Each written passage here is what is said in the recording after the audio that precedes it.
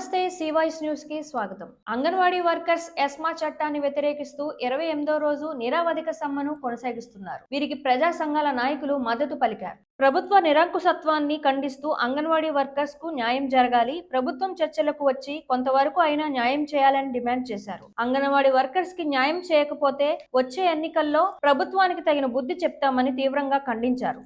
రాష్ట్ర వ్యాప్తంగా అంగన్వాడీదారులు ఈ రోజుకి 28వ రోజుకి చేరుకున్నారు. వారి మాటల్లో ఈ దీక్షను ఎలా కొనసాగిస్తారో తెలుసుకుందాం.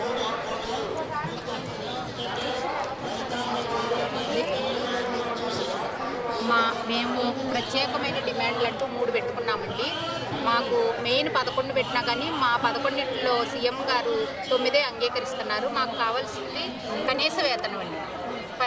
సమాన పనికి సమాన వేతనం అని చెప్పి మాకు కనీసం 26,000 వేతనం పెంచితేనే కానీ ఈ దీక్ష విరమించవండి. మేము కార్యకర్తలందరూ కూడా చాలా పట్టుదలతో ఉన్నారు. ఎవ్వరూ కూడా ఇళ్లల్లో ఉండలేదు. కనీసం చూసుకోండి, ప్రతి అంగన్వాడీ కార్యకర్త ఆయమ్మ కూడా ప్రతి జిల్లా కేంద్రంలో రోడ్డు మీదే కూర్చుంటున్నారు. అలాగే 4 రోజుల నుంచి 6వ తారీఖు నుంచి నిరాహార దీక్షలు చేస్తున్నాము. ఈ నిరాహార దీక్షల్లో కూడా అందరూ కూడా ఎవ్వరూ తగ్గేదేలే అన్న విధంగా ఉదయం 10 గంటల నుంచి రేపు ఉదయం 10 గంటల వరకు కూడా ఎవ్వరూ కూడా అందరూ నిరాహార దీక్షలు చాలా నిర్విఘ్నంగా చేస్తున్నారండి అందరూ కూడా. కాబట్టి ఈ కార్యక్రమాలు చూసైనా ఆయనకి కొంచెమైనా చలనం వచ్చి సీఎం గారికి కనీస వేతనం 26,000 చేస్తే బాగుంటుందని మేము అనుకుంటున్నాము. ఆయన ఆ విధంగా ఆలోచనలో లేదు కాబట్టి 28 రోజులుగా ఇలాంటివి ఇలా కొనసాగుతూ ఉన్నాయి.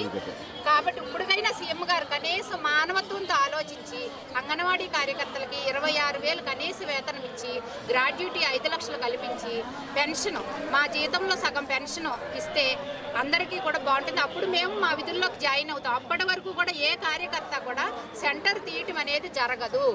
ఇప్పుడు మీరు అడిగారండి ఇందాక ఒక ప్రశ్న, మీరు ఒకవేళ విధుల్లో నుంచి తీసేస్తే మీ తర్వాత స్టెప్ ఏంటి అని. తాళాలు పగలగొట్టారండి. ఏం చేశారు? తాళాలు పగలగొట్టి ఒక్క కేంద్రంలో 10 మంది పిల్లల్ని తీసుకొచ్చి ఎక్కడ ఫుడ్ వండి పెట్టిన దాఖలాలు జరగలేదు ఇప్పటి వరకు కూడా. రాష్ట్రంలో గ్రామంలో ఏ పోలీసు ఆవిడ జిఎంఎస్కి వెళ్ళి ఒక 2 తీసుకురావడం, మధ్యాహ్న భోజన పథకంలో వాళ్ళకి 2 ముద్దలు భోజనం పెట్టడం, ఒక ఫోటో తీయడం, ఆ ఫోటో సీఎం గారికి పంపించడం.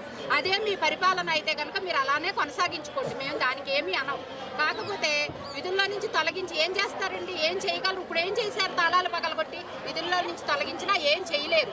ఫోటోకి కావాలి అనుకుంటే ఫోటోల పరంగా వాళ్ళు పాలన సాగించుతారేమో కానీ నిజంగా లబ్ధిదారులకు మాత్రం ఏ ఫీడింగు గ్రామాల్లో అందట్లేదు అంగన్వాడీ కార్యకర్త లేకపోతే. ఇది దృష్టిలో పెట్టుకుని అత్యవసర విభాగం అంటున్నారు కాబట్టి ఇది దృష్టిలో పెట్టుకుని ఎంత త్వరగా దీన్ని పరిష్కరించగలిగితే అంత మంచిదని సీఎం గారికి చెప్తున్నాం. ఆయన ఒకవేళ పరిష్కరించిన పక్షంలో వెంటనే ఆయనకి టైం ఉంది, మాకు ఒక టైం వస్తుంది కదా. మాకు టైం వచ్చినప్పుడు అప్పుడు ఆయనకి మేము ఎలా బుద్ధి చెప్పాలో అలా బుద్ధి చెప్తామండి.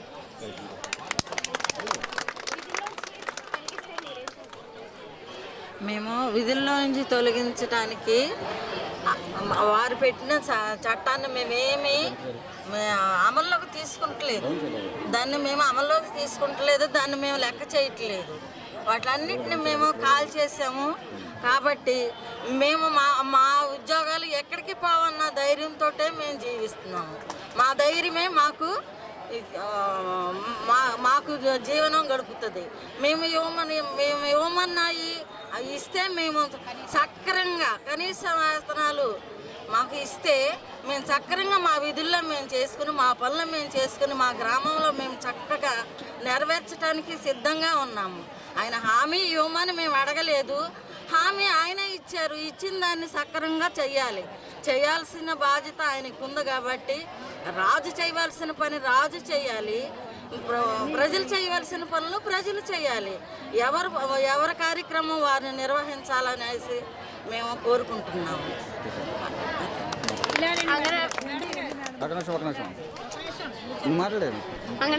అంగన్వాడీదారుల మాటలను మనం విన్నాము.